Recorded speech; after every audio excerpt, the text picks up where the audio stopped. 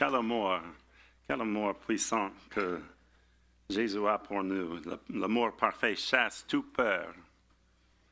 Et nous servons un Dieu tout-puissant. Donc, n'aie pas peur, marchons ensemble avec le Seigneur. Et j'ai pris une petite leçon ce matin. Il ne faut pas laisser mes notes sur le pupitre quand je parle, parce que je crois que Georges les a pris, mais je ne suis pas sûr. Mais je vais prêcher dans le livre de Jude, et on va regarder un peu plus de l'amour de Dieu. Et c'est merveilleux de prier avec vous. On a vraiment besoin d'une révélation du Seigneur. Et pour comprendre l'amour, ce n'est pas quelque chose qu'on peut comprendre dans notre propre force, juste par étudier c'est quoi l'amour. C'est quoi l'amour? Ma question pour vous ce matin, c'est quoi l'amour? Parce que le monde nous enseigne toutes sortes de choses. Le monde veut nous dire que l'amour fait ça, l'amour c'est ça. Mais en vérité, nous cherchons dans la vie parfois. Nous chantons de l'amour, il y a des écriteurs, les écrivains, les poètes, les chanteurs, les musiciens, toutes sortes de personnes dans ce monde qui parlent de l'amour. Mais est-ce que nous comprenons vraiment l'amour? Même nous, les chrétiens qui suivent Jésus, les disciples de Jésus-Christ, est-ce que nous comprenons la profondeur de l'amour de Dieu? Je crois que ça exige une révélation qui vient de Dieu. Ce n'est pas quelque chose qu'on peut juste comprendre par lire un texte sans réfléchir de ce que Jésus a fait sur le croix pour nous. On vient de prendre le Sainte Seine ensemble, et ce que Jésus a fait sur le croix, c'est le plus grand amour. Il n'y a pas un amour plus grand que ça, que quelqu'un mort pour nous. Et c'est ça que Jésus a fait pour vous, pour moi, pour nous tous. Et quand nous comprenons ça et nous acceptons cet amour, c'est là qu'on commence à aimer nos prochains. Quand nous comprenons l'amour de Dieu, nous aimons les gens qui ne sont pas vraiment aimables, parfois, nos voisins, les gens autour de nous. Et en Jude chapitre 1, merci Louis, peut-être que je n'ai pas besoin, c'est mieux parfois. Mais personne ne peut décrire l'amour, même si j'avais besoin d'écrire c'est quoi l'amour. Je sais que je comprends seulement une partie de l'amour de Dieu. Même jusqu'au bout, jusqu'au fond, je peux étudier l'amour, je peux marcher dans l'amour de Dieu, mais nous ne voyons pas l'image parfaite de Dieu. Et nous-mêmes, nous ne sommes pas l'image parfaite, pas encore. Mais quand Jésus revient et quand nous allons au ciel ensemble, nous verrons le parfait. Nous-mêmes, nous serons parfaits, mais nous verrons parfaitement le Seigneur. Et Jude chapitre 1, désolé. On parle de l'amour. On peut parler de chaque chapitre, de chaque livre de cette Bible. Ça parle de l'amour de Dieu. Mais j'ai choisi Jude ce matin parce que la puissance de l'amour de Dieu a la puissance de vous garder de toute chute. Et la puissance de son amour peut nous garder de tomber dans les péchés, de tomber dans la tentation. Même Jésus a été tenté, mais l'amour de Dieu peut nous garder parce que quand nous aimons Dieu, il y a toujours une façon de sortir des tentations. Toujours. Et Dieu nous montre le chemin. Et Dieu nous aime. Donc, c'est quoi cet amour? Quand nous parlons, c'est quoi l'amour? Et comme je disais, il y a toutes sortes de personnes. On peut penser de toutes sortes de chansons. Si vous pensez des chansons d'amour, il y a des milliards, peut-être des millions de chansons qui parlent de l'amour. Céline Dion, Frank Sinatra, The Beatles, Whitney Houston, même Barney le dinosaure violet. Ils ont chanté de l'amour, l'amour, l'amour. C'est quoi l'amour? Pourquoi est-ce qu'on est tellement attiré par l'amour? C'est naturel, nous voulons être aimés. Dieu nous a créés pour aimer les uns les autres. C'est pour ça qu'on cherche l'amour. C'est naturel, c'est comme ça que Dieu nous a fait. Mais malheureusement, le monde a perverti ce mot amour. On a remplacé l'amour avec la pornographie et l'immoralité et parfois les choses qui ne sont pas naturelles. On a remplacé l'amour avec toutes sortes de choses qui ne viennent pas de Dieu et Dieu ne peut pas bénir les choses. parce que nous cherchons l'amour dans l'endroit vide. Mais où est-ce que nous pouvons trouver l'amour? L'amour peut être défini comme un sentiment qu'on a envers une autre personne, et ça peut être défini comme un verbe. C'est une action. Aimez-vous les uns les autres. C'est une action que Dieu nous exige à faire. Et il y en a qui disent que j'aime toutes sortes de choses. On peut aimer la nourriture, on peut aimer les animaux, on peut aimer la nature. J'aime beaucoup la nature, mais j'aime plus le créateur de la nature que la nature. Nous pouvons être unis avec le créateur. On ne peut pas être unis avec sa création. Mais j'aime bien sa création. Et j'aime les sports. Il y a un match 7 ce soir pour les St. Louis Blues et je suis d'accord que nous sommes tous unis. Et on va aller les Blues. Oui, merci. Mais si nous demandons des questions aux auteurs et les chanteurs, les prédicateurs, les films, toutes sortes aujourd'hui, depuis 100 ans, nous faisons les films maintenant. Il y a beaucoup de films de l'amour. Hallmark a fait un grand business avec le même script chaque fois, mais c'est intéressant. Nous continuons à regarder le même script et c'est bien parce que nous voulons des histoires d'amour nous tirent. Et ce n'est pas l'amour juste entre un homme et une femme, mais l'amour entre nos frères et sœurs en Christ, nos voisins, nos parents, nos enfants, nos grands-parents, nos petits-enfants. Il y a toutes sortes de façons de s'aimer.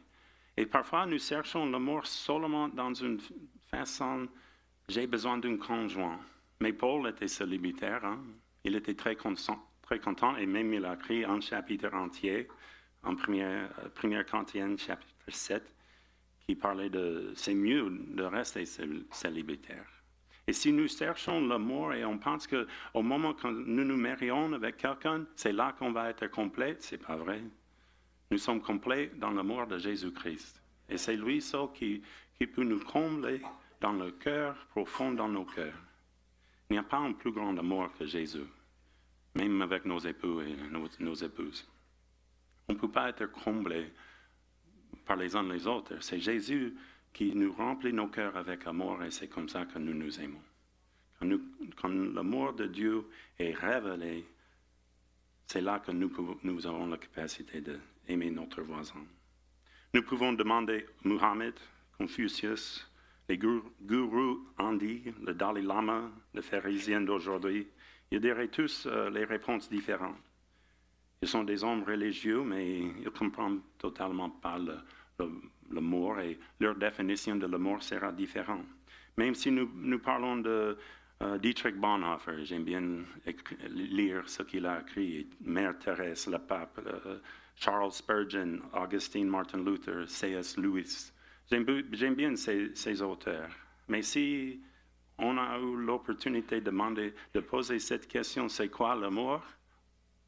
Tout le monde va nous donner une réponse un peu différente. L'amour est dans nos pensées. Nous sommes créés pour aimer nos voisins. Et nous voulons être aimés. C'est normal. Donc, je parle d'un amour qui n'est pas exclusif à une personne ou une situation. Mais c'est un amour que Dieu nous a créé dans le ventre de nos mères avec ce désir d'aimer les uns les autres et d'être aimés pour chaque personne dans ce monde, tous les 8 milliards de personnes. C'est quoi l'amour? L'origine de le vrai amour, c'est Dieu. C'est avec amour que vous êtes créés pour aimer les autres. C'est avec amour que Dieu a rempli nos poumons avec l'air pour le souffle de vie. C'est avec amour que Dieu a créé tout ce qui nous entoure. Tout ce qu'il y a dans ce monde autour de nous, Dieu a créé ça avec amour. C'est avec amour que Dieu a créé votre prochain et vos collègues, même les collègues qui sont difficiles. Dieu les a créés avec amour et Dieu les aime énormément, profondément. Oui, la personne dont tu parles maintenant, Dieu les a créés avec amour. Donc, il faut les aimer. Ils ont besoin de comprendre l'amour de Dieu. Ils ont besoin d'une révélation. Et Dieu peut vous utiliser pour révéler. On peut tous aimer nos prochains un peu mieux. Que Dieu nous aide. Malgré que nous sommes faits pour aimer, nous ne sommes pas toujours très aimables. Malgré que nous sommes faits dans l'image de Dieu, nous ne sommes pas toujours une bonne réflexion de son amour. Il y a des guerres actuelles dans ce monde. Il y a la haine, il y a la violence, il y a la corruption. Le diable veut remplacer le vrai amour avec les fausses images de l'amour. Il veut remplacer l'intimité entre un mari et une femme avec les choses immorales. Si nous étudions l'histoire de ce monde, la colonisation, l'esclavage, le combat pour le pouvoir et l'argent constant, la corruption, les injustices, et si nous regardons autour de nous dans la vie quotidienne, nous pouvons penser, mais c'est où l'amour? Dans ce monde perdu et corrompu, cassé, bazar où nous vivons. Nous ne pouvons pas commencer à comprendre l'amour sans considérer l'amour que Dieu a pour nous, individuellement et collectivement. Il nous aime. Il vous aime individuellement dans une manière profonde, mais il nous aime et il va nous garder aussi. Nous sommes son corps de Christ et il va garder nous dans son amour. Pas seulement toi, pas seulement votre voisin, mais nous.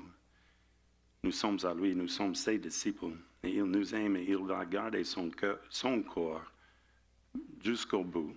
Et au point que nous sommes considérés le pouls de Jésus-Christ. Il nous aime. Il va nous garder.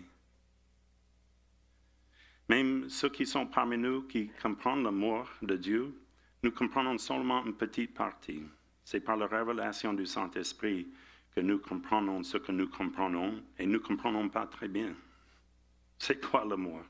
Peut-être que je me pose une mauvaise question. Peut-être la question que nous cherchons, ce n'est pas c'est quoi l'amour? Peut-être la question doit être qui est Jésus? Parce que ça, c'est l'amour. Jésus. Si vous voulez savoir la réponse à la question c'est quoi l'amour, il ne faut pas chercher plus loin que Jésus. Parce que Jésus est notre exemple de l'amour. La seule façon de comprendre l'amour est connaître Jésus. Jésus enseignait constamment sur le sujet de l'amour. Aimez Dieu de tout ton cœur, de toute ton âme, de toute pensée et de toute ta force. Aimez-vous les uns les autres comme Jésus vous aime. Tous reconnaîtront que vous êtes mes disciples à l'amour que vous aurez les uns pour les autres. Ils ne vont pas nous connaître par la façon qu'on chante, les belles choses qu'on fait, la production, la productivité, ni si on fait tous très bien. C'est nul si nous ne nous aimons pas. Aimez vos prochains comme vous-même. La Bible entière nous aide à comprendre l'amour de Dieu. Et en Corinthiens chapitre 4, verset 8, c'est le verset le plus commun que nous connaissons bien. C'est 1 Corinthiens chapitre 13, verset 4 à 8. L'amour est patient, il est plein de bonté, l'amour. Il n'est pas envieux, il ne cherche pas à se faire valoir. Il ne s'enfle pas d'orgueil, il ne fait rien d'inconvenant, il ne cherche pas son propre intérêt, il ne s'aigrit pas contre les autres, il ne trompe pas le mal. L'injustice l'attriste, la vérité le réjouit. En toute occasion, il pardonne, il fait confiance, il espère, il persévère. L'amour n'aura pas de fin. Amen. L'amour n'aura pas de fin. Et en verset 12, aujourd'hui, certes, nous ne voyons que d'une manière indirecte, comme dans un miroir. Alors, nous verrons directement. Dans le temps présent, je connais d'une manière partielle, mais alors je connaîtrai comme Dieu me connaît. Donc, l'amour n'a pas de fin et Jésus n'échoue jamais. L'amour de Dieu va nous garder jusqu'au bout par la grâce de Dieu. En réalité, la grâce de Dieu, c'est plus puissant que notre propre force de rester obéissant. J'ai plus de confiance dans la grâce de Dieu que j'ai confiance en moi-même de suivre Jésus. On a vraiment besoin de la grâce de Dieu dans nos vies. On ne peut pas le faire nous-mêmes. On ne peut pas marcher avec Dieu dans notre propre force. On a vraiment besoin d'une révélation de Dieu et la grâce de Dieu sur nos vies. Personne n'est capable de faire cette vie toute seule. Regardons le livre de Jude, versets 1 et 2. J'aime bien regarder les introductions des apôtres. Jude, c'était le demi-frère de Jésus. Nous lisons que Jude a rejeté Jésus. Avant que Jésus est mort sur la croix, Jésus était rejeté par ses propres frères. C'est intéressant, hein? Ils ont vu Jésus, ils ont vu leur frère était parfait. Peut-être qu'ils étaient légers aussi, je ne sais pas. Mais ils ont rejeté Jésus comme leur sauveur et leur Seigneur et le Messie. Mais Jude, le demi-frère de Jésus, a écrit cette lettre. Et il dit, Jude, serviteur de Jésus-Christ. Quelque chose a changé dans 30 ans. Non? Quand il a écrit cette lettre, il a dit, Jude, serviteur de Jésus-Christ et frère de Jacques, salue ceux que Dieu a appelés à lui. Il est serviteur de Christ, Jésus-Christ. Il dit frère de Jacques, mais il ne dit pas demi-frère de Jésus, il dit je suis frère de Jacques. Donc c'est intéressant comme il fait cette introduction. Il dit salue ceux que Dieu a appelés à lui. C'est qui? Il a écrit cette lettre à qui? Ce n'est pas les Éphésiens, ce n'est pas les Corinthiens, ni les Thessaloniens, c'est vous. Appelés à lui. Vous êtes appelés. Je crois que l'appel de Dieu, c'est pareil pour nous tous. Quand Jésus a dit « Suis-moi », ça c'est l'appel. C'est différent pour nous tous, comme Georges a bien expliqué. Nous sommes différents. Notre chemin est un peu différent, mais l'appel est pareil. Suivons Jésus. Qui sont aimés de Dieu? Vous êtes aimés de Dieu. Hein? Chacun de vous ici ce matin, Dieu vous aime dans une manière profonde. Et ça ne va pas changer. N'importe quoi que vous faites, n'importe quoi que vous avez déjà fait dans vos vies, Dieu vous aime. Le Père, et gardez pour Jésus-Christ. Il y a une raison que vous êtes là. Il y a une raison que vous existez. Gardez par l'amour de Dieu pour quelque chose. Et pour Jésus-Christ. Tout à l'heure, on a entendu prends ta poste, je crois. Prends ta poste. Gardez pour Jésus-Christ, pour accomplir quelque chose dans vos vies. Les titres ne sont pas très importants, les titres sont temporaires, mais votre rôle et ce que Dieu a prévu pour vous, c'est important. Donc, vous êtes gardés pour Jésus-Christ. Prends ta poste. Que la compassion, la paix et l'amour de Dieu vous soient pleinement accordés. Amen. Donc, quand nous avons l'amour de Dieu en nous, on a la compassion les uns pour les autres et la paix entre nous. Et Jude 21, je voulais lire le chapitre entier de Jude, c'est court, mais on va aller jusqu'à Jude 21. Maintenez-vous dans l'amour de Dieu en attendant que notre Seigneur Jésus-Christ, dans sa compassion, vous accorde la vie éternelle. Donc, il y a quelque chose d'important de rester et de demeurer en Jésus-Christ. Nous dépendons sur la grâce de Dieu. Et ce monde essaie de définir l'amour.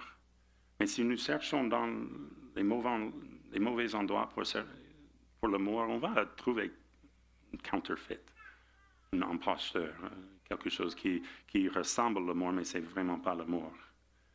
Il faut maintenez-vous dans l'amour de Dieu, parce que ça, c'est le vrai amour. En attendant que notre Seigneur Jésus-Christ, dans sa compassion, vous accorde la vie éternelle. Jude, le frère de Jésus-Christ, qui a rejeté Jésus, mais 30, 40 ans plus tard, il nous encourage de rester dans l'amour de Dieu. Et quelle humilité de Jude, mais quelle humilité pour Jésus aussi. Il est le roi des rois, il est le Seigneur des seigneurs, il est tout puissant, il est le Fils de Dieu, et il est devenu ici comme un bébé, avec l'humilité qu'il a. Il était rejeté même par sa propre famille, mais il a continué d'aimer tout le monde. Même sa propre famille l'a rejeté. Il était humilié, il était haï, mais Jésus est persévéré dans l'amour de Dieu. et dans sa compassion. J'aime beaucoup un verset, je crois, c'est Matthieu chapitre 9, je ne suis pas sûr. Mais Jésus a regardé la foule et il a vu qu'ils étaient comme des brebis perdus et il avait compassion sur eux parce qu'ils étaient perdus. Ils n'avaient pas un berger à suivre. Ils ne savaient pas où il allait. Mais la compassion de Jésus, c'est quelque chose que nous pouvons être sûrs que nos bien-aimés qui peut-être prennent le mauvais chemin aujourd'hui, Jésus a compassion pour eux et nous aussi on a compassion pour nos bien-aimés et les gens autour de nous. Dans quelques semaines, nous allons fêter la Pentecôte. On va prêcher un peu sur le baptême du Saint-Esprit, la puissance du Saint-Esprit dans nos vies. Et on va avoir une soirée d'adoration et louange. On va prier pour que le Saint-Esprit, que Jésus envoie son esprit comme il a fait dans la haute chambre. Mais dans la haute chambre, il y avait Marie, il y avait plusieurs d'autres femmes. Dans le livre des Actes, nous pouvons lire ça. Mais Jacques et Jude étaient là aussi. Et Jude, l'auteur de ce livre, il était présent avec sa mère. Et je me pose la question, qu'est-ce qui s'est passé dans les 50 jours entre la crucifixion et la résurrection de Jésus? Et Jude, dans 7 semaines plus tard, il se trouve dans une autre chambre avec les disciples, en train de prier. J'imagine que la scène était un peu bizarre parce que Jésus est ressuscité, ils étaient pleins d'espérance, mais quoi maintenant? Qu'est-ce qu'on fait maintenant avec cette situation?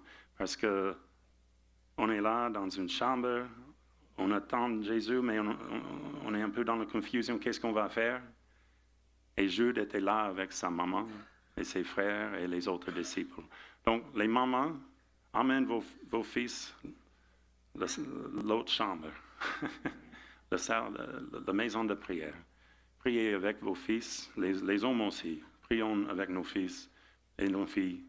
Et que Dieu soit glorifié dans vos familles. Mais il y a quelque chose là, parce que Marie, la mère de Jésus, j'imagine, elle a emmené Jude, viens avec moi, on va prier. Mais il y avait la confusion. Et Jésus a envoyé le Saint-Esprit. Et ils étaient remplis du Saint-Esprit. Et ils étaient autorisés d'être ses témoins. Et vous êtes autorisés aussi d'être les témoins de Jésus-Christ. Vous avez la puissance du Saint-Esprit en vous. Vous avez l'amour de Dieu et la compassion de Dieu dans vos cœurs. Aimez-vous les uns les autres. Jude, le même frère qui a rejeté Jésus, était rempli du Saint-Esprit et il est devenu un disciple qui faisait les disciples. C'est pareil pour nous. Et finalement, regardez ces paroles puissantes. Un des passages, je vais terminer avec ça, et un de mes passages préférés dans la Bible, c'est Jude, le doxologie, versets 24 et 25. À celui qui peut vous garder de toute chute et vous faire paraître en sa présence glorieuse, sans reproche et exultante de joie, au Dieu unique qui nous a sauvés par Jésus-Christ notre Seigneur, à lui soit reconnue la gloire et la majesté, la force et l'autorité, depuis toujours maintenant et durant toute l'éternité. Amen.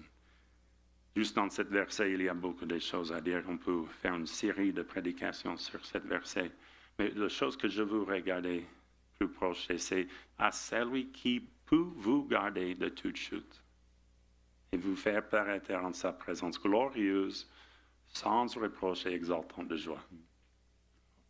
Nous connaissons les chutes, nous connaissons le péché, nous connaissons le bout, je vais dire.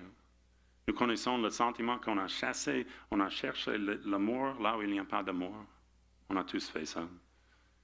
On attend l'amour et on cherche dans les endroits que ça n'existe pas. On a tous fait. Mais l'amour profond et infini qui peut vous garder de toute chute. Quel amour, quelle grâce. J'ai déjà tombé. Je ne veux pas tomber encore, mais j'ai confiance en mon Seigneur qu'il va me garder. Parce que cette puissance qu'il a, il peut me garder de toute chute. Et on va être dans sa présence glorieuse. Quand Jésus revient, si nous mourrons, nous allons nous trouver devant Jésus sans honte, sans reproche et exaltant de joie. Quel amour, hein? Ça, c'est l'amour. Ça, c'est l'amour que vous cherchez. Si vous voulez être comblé par l'amour de quelqu'un d'autre, c'est bien quand j'aime beaucoup ma femme et je sais qu'elle m'aime. On n'est pas parfait, mais on essaie. Mais l'amour parfait vient de Jésus-Christ.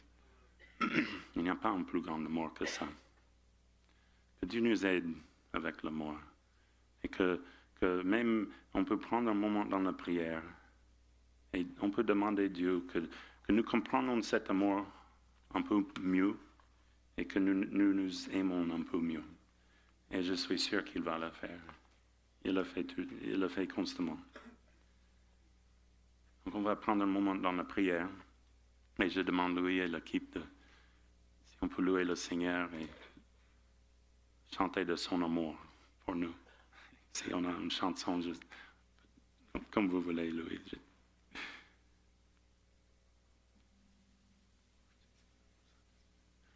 Mais que le Seigneur nous aide. Hein? On a besoin de sa grâce. Pas seulement pour nous garder de toute chute, mais aussi pour aimer nos voisins. Et cet amour, c'est vraiment précieux et profond et puissant. Aimez-vous les uns les autres. Seigneur, merci pour ta parole. Merci de nous aimer. C'est toi qui nous as aimés d'abord et nous t'aimons aussi. Seigneur, nous déclarons tout à l'heure, que, comme Georges a dit, en prenant le Sainte Seine, nous déclarons notre amour pour toi. Et Seigneur, nous t'aimons. Nous t'aimons toutes sortes de choses de toi, mais surtout, nous t'aimons que tu nous aimes. Merci pour ton amour pour nous. Aide-nous de comprendre cet amour de mieux en mieux et marcher dans cet amour. Au nom de Jésus. Amen.